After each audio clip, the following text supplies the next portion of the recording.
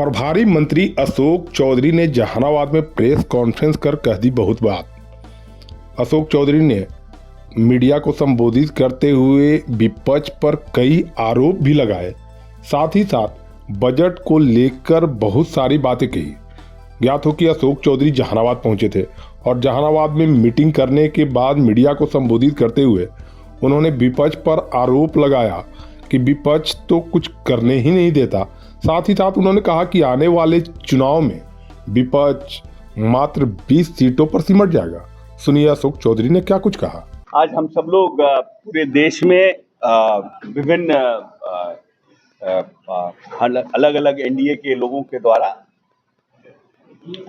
Budget को लेकर के जो दिग्भ्रमित किया जा रहा है लोगों को, उसके लिए हर जगह संगोष्ठी और प्रेस कॉन्फ्रेंस के माध्यम से अपनी बात को रखने का हम लोग एनडीए के लोग काम कर रहे हैं। आज उसी क्रम में हम जहानाबाद आए हैं। मैं समझता हूं कि जो ये बजट पेश हुआ है, 8वीं बार माननीय वित्त मंत्री जी ने इस देश का बजट पेश किया है और इस बजट को बिहार को इस बजट से काफ़ी फायदा है, क्योंकि बिहार एक कृषि प्रधान देश है और प्रदेश है और बिहार में दो जो मेजर निर्णय किए गए हैं एग्रीकल्चर को लेकर के। एक तो मखाना बोर्ड का गठन, तो मखाना आज की डेट में पूरी दुनिया में एक वंडर्स फूड में आ रहा है, जिसमें कि लेस फैट है और प्रोटीन और उसमें कैल्शियम बहुत है। तो पूरी दुनिया में अब डिमांड जो है मखाना का बढ़ रहा है और हमारे यहाँ मखाना के एक्सपोर्ट भी काफ़ी हो रहा है। तो उसकी क्वालिटी को हम कैसे इंक्रीज करें, उसके यील्ड को हम और कैसे इंक्रीज कर सकते हैं और बेस्ट प्रोडक्शन इंटरनेशनल मार्केट में हम कैसे भेज सकते हैं, उसके लिए मखाना बोर्ड जो है आने वाले समय में एक बड़ा मील का पत्थर साबित होगा। दूसरा सबसे बड़ा निर्णय है कि फूड प्रोसेसिंग के सेक्टर में, क्योंकि हम यहाँ पर लीची भी एक्सपोर्ट करते हैं, हम आम भी एक्सपोर्ट करते हैं, नॉट ओनली इंटरनेशनली बट कि देश के अंदर भी हमारे यहाँ बहुत से प्रोडक्ट है। हमारे यहाँ हल्दी जो है, ऑर्गेनिक हल्दी, ये हमारे फार्मास्यूटिकल्स कंपनियां लेती हैं। तो इन सब चीज़ों को हम कैसे और बेस्ट कर सकें, उसके लिए फूड प्रोसेसिंग इंस्टीट्यूट की स्थापना भी एक बहुत बड़ा मील का पत्थर साबित होगा आने वाले समय में। तो ये दो संस्थानों का निर्णय किया गया है। पटना एयरपोर्ट के एक्सटेंशन का प्लान है।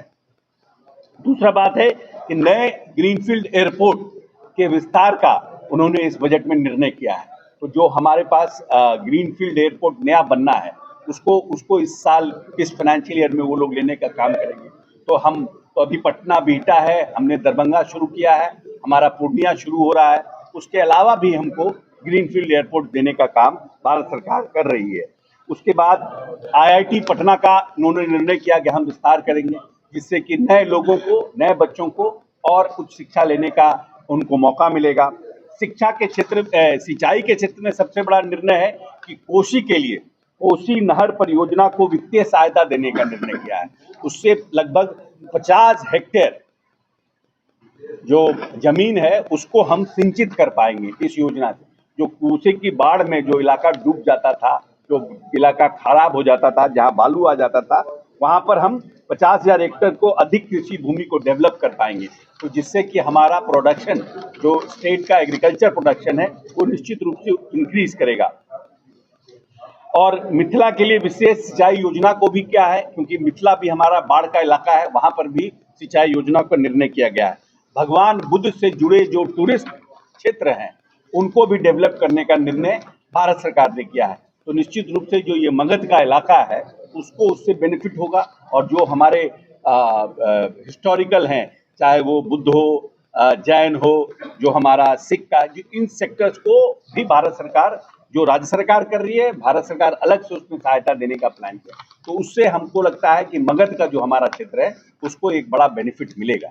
और हम समझते हैं कि जिस तरह से प्रगति यात्रा के माध्यम से माननीय नेता ने अभी गंगा के ऊपर जो उन्होंने भ्रमण किया था फर्स्ट और सेकंड फेज में, तो उसमें उन्होंने लगभग 20,000 करोड़ का बजट उन्होंने सैंक्शन किया था कैबिनेट से, उस प्रगति यात्रा के फर्स्ट फेज में।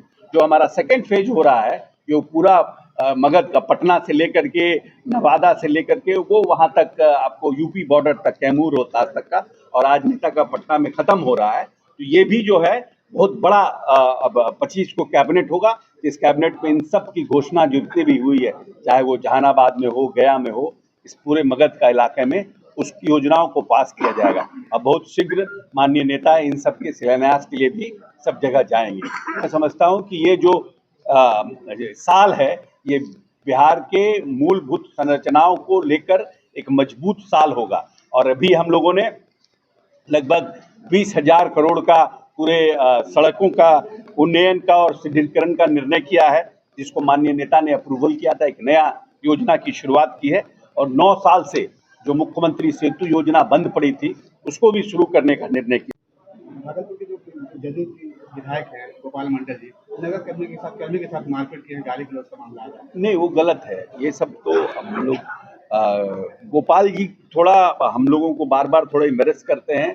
उनका जो एक जनप्रतिनिधि की तरह उनका व्यवहार नहीं रहता है और हम समझते हैं कि इन सब चीज़ों से परहेज करना चाहिए। सर, आप प्रभारी मंत्री हैं, मुख्यमंत्री यहाँ प्रगति यात्रा बनाते हैं, लेकिन मेन सड़क से उनको ले जाया जाता है। शहर के जितना भी लिंक सड़क है, इसकी स्थिति बेहद ही जर्जर है। क्या इस पर कुछ नहीं, जो देखिए ऐसा है कि जो ग्रामीण सड़कों की स्थिति है, वो तो हम सब सड़क बना रहे हैं। हम 397 किलोमीटर, हाँ, समग्र विकास से हम लोगों ने पैसा आया हुआ है, समग्र विकास से हम लोगों ने योजना ली है। भारत सरकार ने भी बजट में प्रावधान किया है और भी कुछ अर्बन क्षेत्र में हम लोग पैसा दे रहे हैं और जिससे कि ये शहरी विकास को और ताकत मिल सके। सर, पहले जिले में IFP योजना संचालित होती थी, उससे जिले का विकास होता था नक्सल पर। क्या पुनः वो IFP योजना को संचालित किया जाएगा, इंटीग्रेटेड प्रोग्राम? नहीं, वो तो चल रहा है, उसमें कुछ कुछ फंड आता है भारत सरकार से। नक्सल का तो अब नक्सल तो मतलब ऐसा नहीं है कि अब जहानाबाद में कोई नक्सल है कि इसको उस प्रोग्राम, वो तो भारत सरकार देखती है कि कहाँ कहाँ एक्टिविटी है, उस हिसाब से फंड देती है और जो फंड होता है उसको DM जो है अपनी अध्यक्षता में यूज करते हैं, SP और DM दोनों मिलकर। जिला इधर वंचित है, तो हो सकता है आउट किया होगा भारत सरकार। सर, निशांत जी के राजनीति में आने की बहुत चर्चा है। देखिए ऐसा है, निशांत जी के राजनीति में आने का निशांत जी का व्यक्तिगत निर्णय है और ये उनके परिवार के और उनके घर के मुखिया का निर्णय है। जब निर्णय होगा, जब वो आना अगर होगा, उनको आना तो आएंगे। इसमें स्पेकुलेशन तो नहीं चल सकता है ना। जिस दिन माननीय नेता का इच्छा हो जाएगा आ जाएंगे, उनकी इच्छा हो जाएगा आ जाएंगे। धीरेन्द्र शास्त्री जो है, समागम बोर्ड बनाने की मांग, ये कौन है? शासन के लिए धीरेन्द्र शास्त्री। नहीं, हम भी समझ नोट। बहुत बहुत धन्यवाद। सुमेर सिंह और सुरेंद्र सिंह, नहीं तो दोनों वहां पर एक्चुअली में हमको पूरे इंसिडेंट की जानकारी नहीं है, कमेंट करना उचित नहीं। सर, एक सवाल है। तेजस्वी ने कहा है कि अब जो सिफारिश करेंगे उनको राजद में टिकट नहीं दी जाएगी, इसका मतलब आप कैसे देखते हैं? अरे राजद जीत कहाँ रहा है यार, काहे परेशान है? क्या सिफारिश करने जा रहा है, क्या टिकट मांगने जा रहा है?